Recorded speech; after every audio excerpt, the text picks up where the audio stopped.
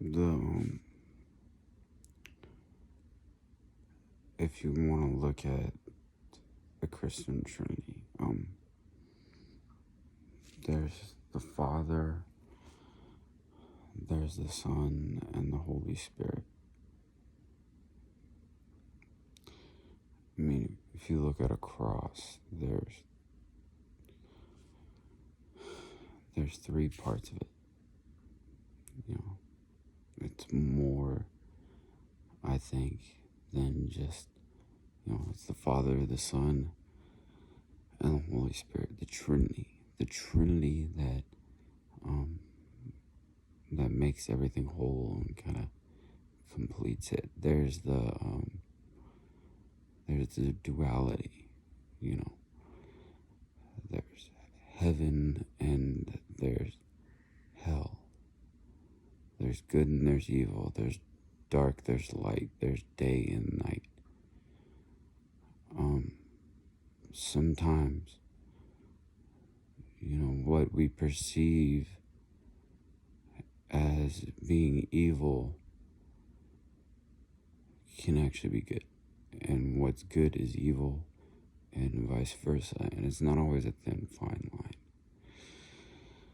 It's complicated, and there's a lot of moving parts to it. But I do know that, like, say tonight, it's New Year's, where I live was very loud, right? Just fireworks going off everywhere. Fireworks going off everywhere was so loud. And now that it's stopped, it's quiet. And I appreciate that quiet.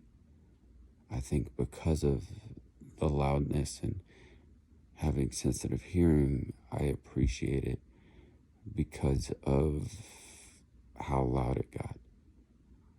And there's a truth to it that, without evil, there cannot be good.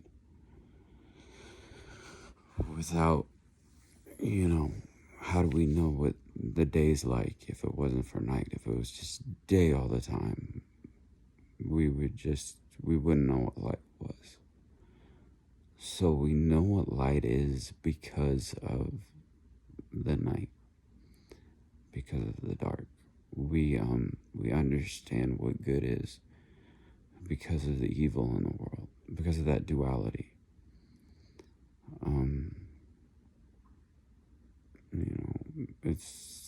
There's the devil and there's God. There's right and there's wrong. All kinds of just duality. And I'm thinking a lot about this, and I'm telling you this because it's something I can't explain that's going on in the world right now and with me. It's something that's personal that I can't really talk about,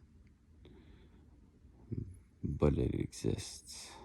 I don't keep it as vague as that. But when I was a kid, I was just going to a Cub Scouts thing, 8 years old, 9 years old in San Diego at a Catholic mission, and one of my Cub Scout, it was Cub Scouts, our field trip.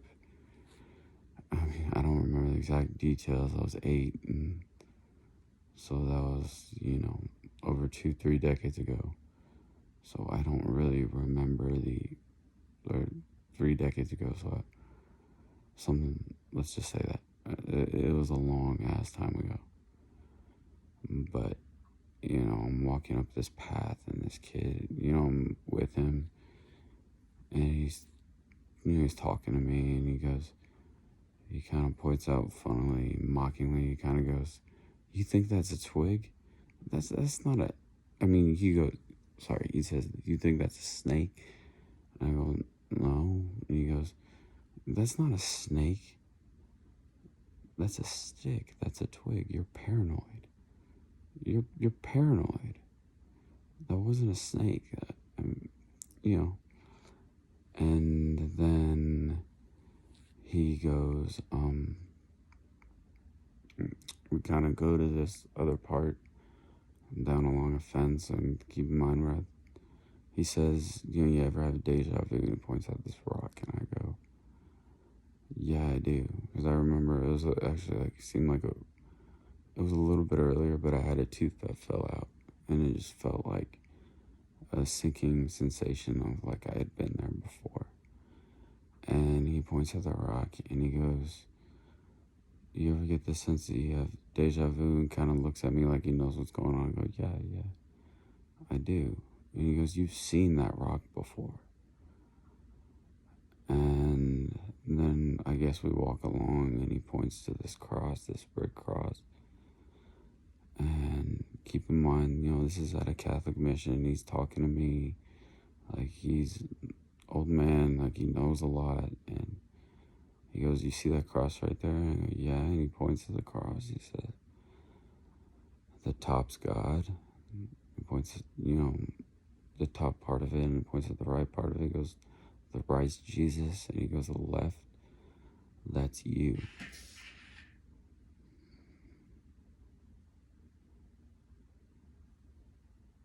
So, what did that mean? When you get told something like that, and you remember it, and it means something, and I can't tell anyone what it means and what's really going on, because it's too complicated to explain.